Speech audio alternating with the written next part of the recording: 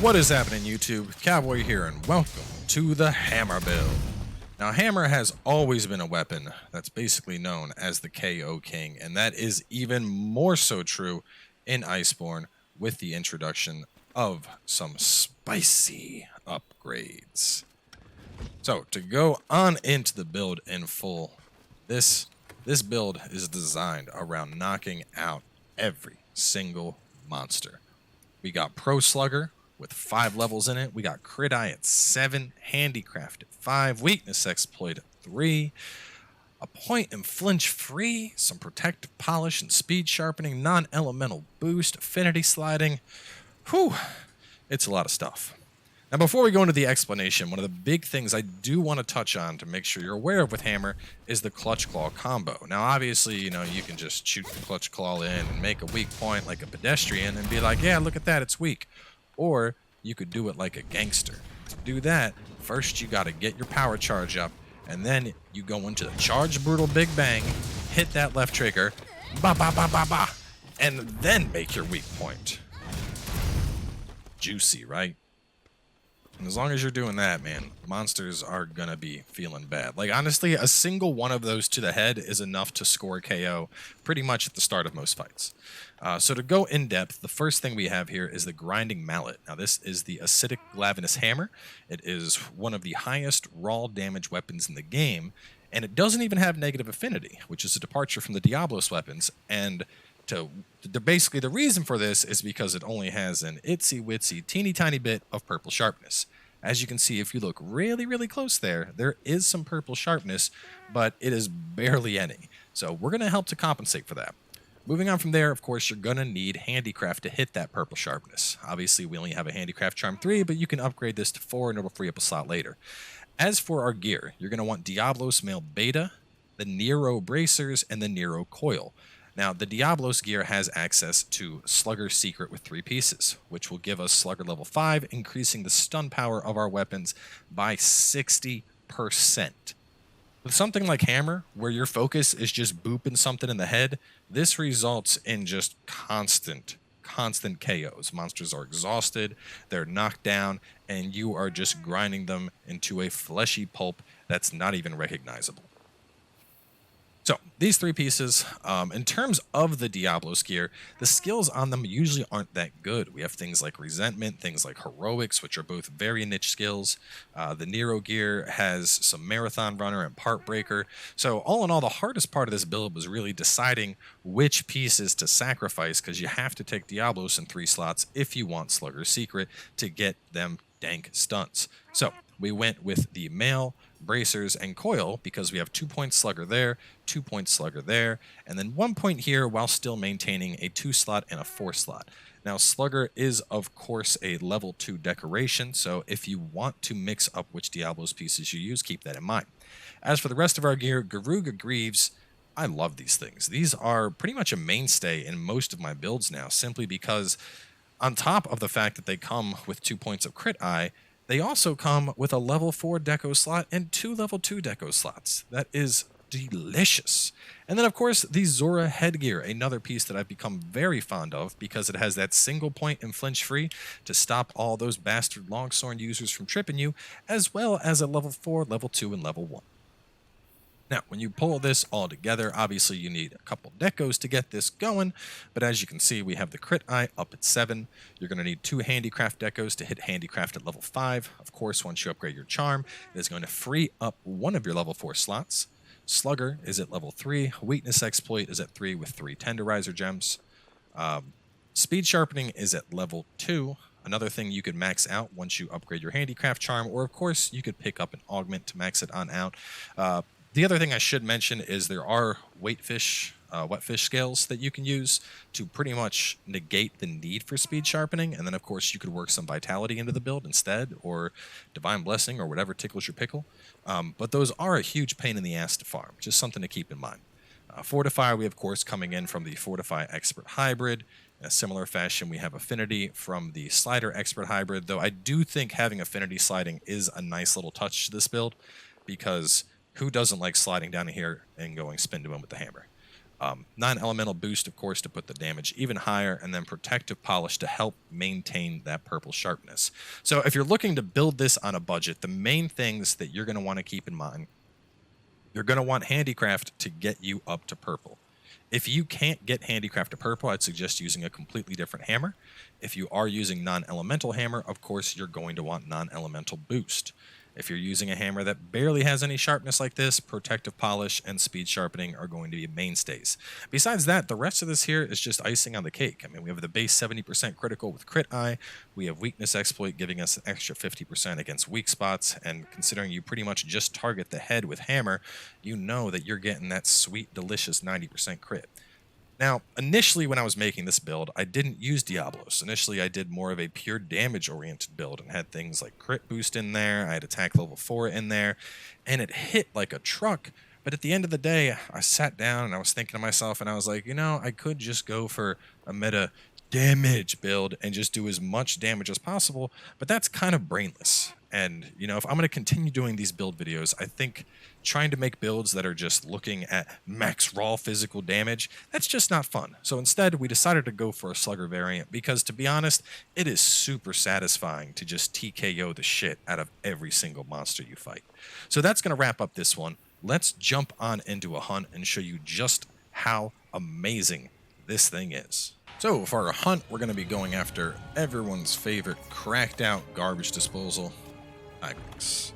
Now, Tigrex is, in my opinion, one of the best monsters to use hammer against. And the reason for this is if you fought against Tigrex, you know just how damn obnoxious this guy is. He is just running all around. He's quite literally like a garbage disposal that had sex with a T-Rex. I always call him that because that's what he is. He just goes back and forth, shoveling whatever he can into his mouth, and it is obnoxious to deal with. So, stop that. No, come here. Come here. Stop running. He's got that big old roar. Turn around.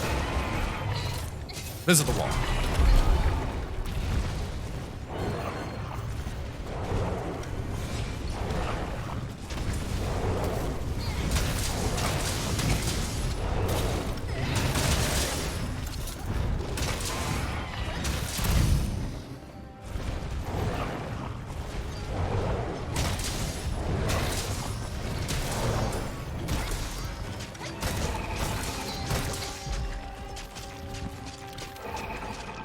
Gonna get that purple sharpness locked in. Beautiful.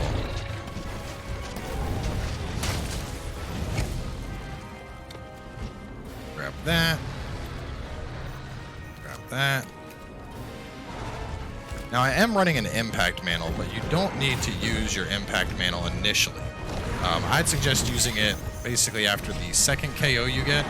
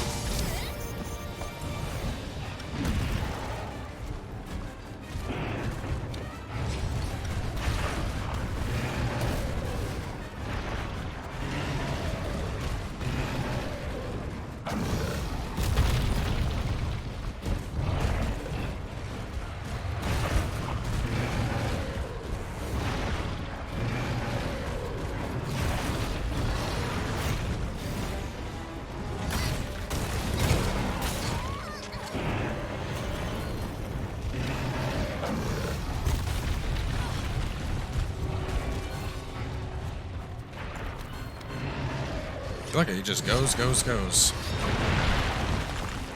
Where is he gonna stop? I don't think anyone knows.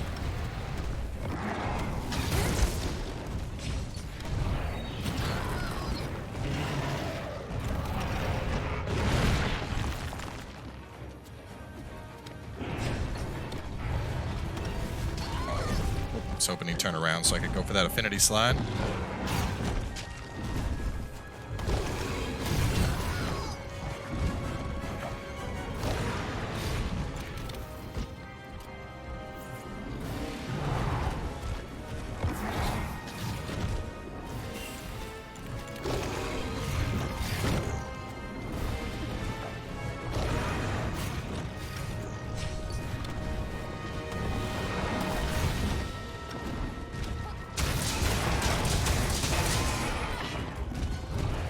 It's go time, you big dumb bitch.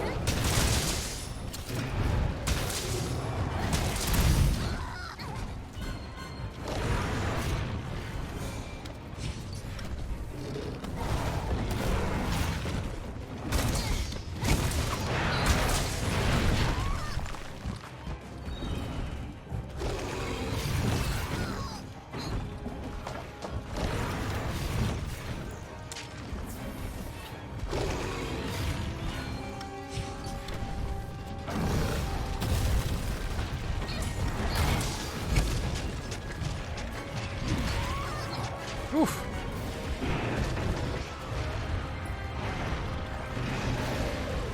This Gajalak has messed up my good mount.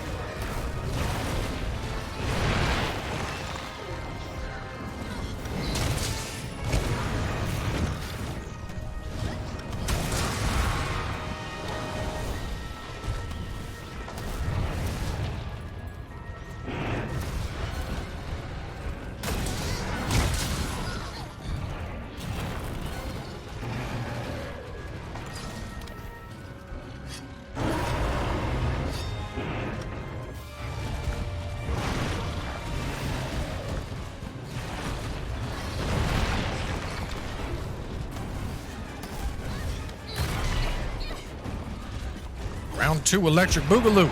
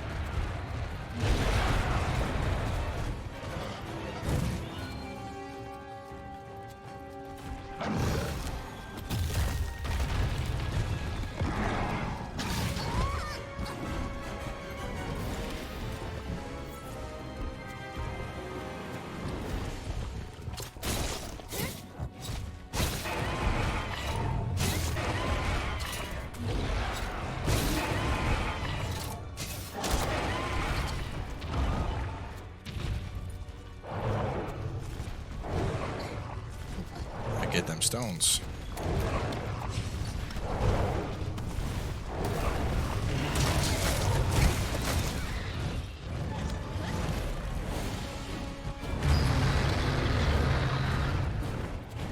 Listen, I get it. You're angry. I've been breaking your face this whole time. Shouldn't need to be said, but this is obviously a fantastic build for if you're trying to do stuff like if you are trying to break horns, for example, you're up against Diablos and you want to pop those horns, this is going to get those horns.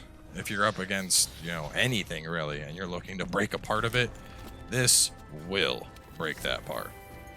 No questions asked, parts are coming off, even without Part Breaker.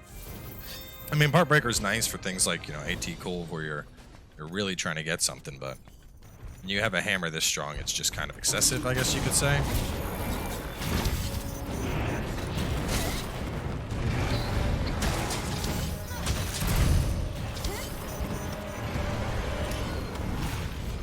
Oh, it's slidey time.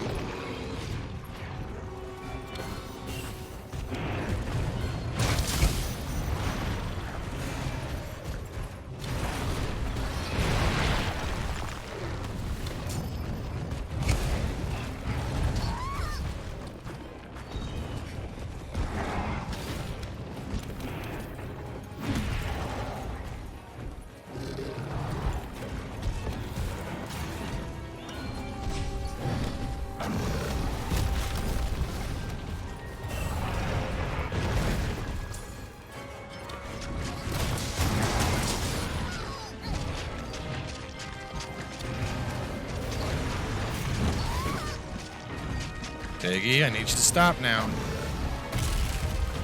You're a good boy.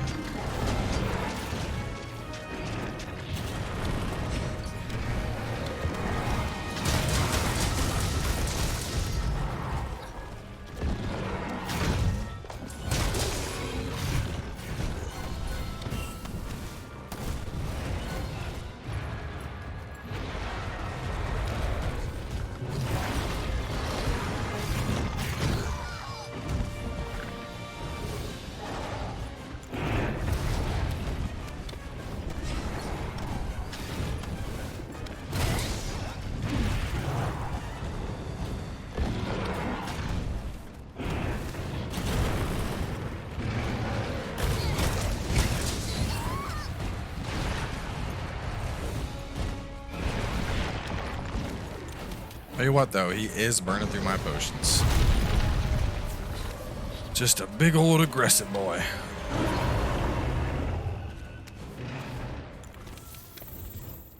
Which all this aggression kind of makes me excited to show you one of my next builds I got. So I have 2 separate charge blade builds that are basically done. One is an elemental charge blade, the other is a status charge blade. They're a lot of fun to play, but I think I'm going to hold off until I get Gold and Silver Wrath, because they gain true elemental crit and true status crit, and I want to test the values on those to see if they're sets that are worth using. But besides that, I have a very, very nice short sword and shield support build that we cooked up the other day on stream. I think people will like that a lot, because that thing is, oh my god. I mean, I designed it specifically with the guiding lands in mind, but just how, guiding lands, everything hits like a truck, so it's designed around that. Oh, somebody tired? Somebody sleepy? Come back. Come back. Hey, hey. Hey, I got your bed right here. Got your bed.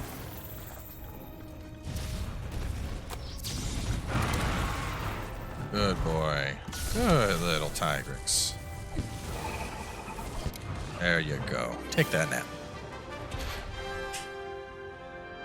So yeah, I mean, half that fight, like, God, we were healing a ton because I'm a potato at dodging. He was running all over the place, so we had small damage windows. And even then, like, God, how many times did we knock him out? 5, 6? Like, it was either he was exhausted or he was on the ground. It's just ridiculous. And obviously, this is just solo.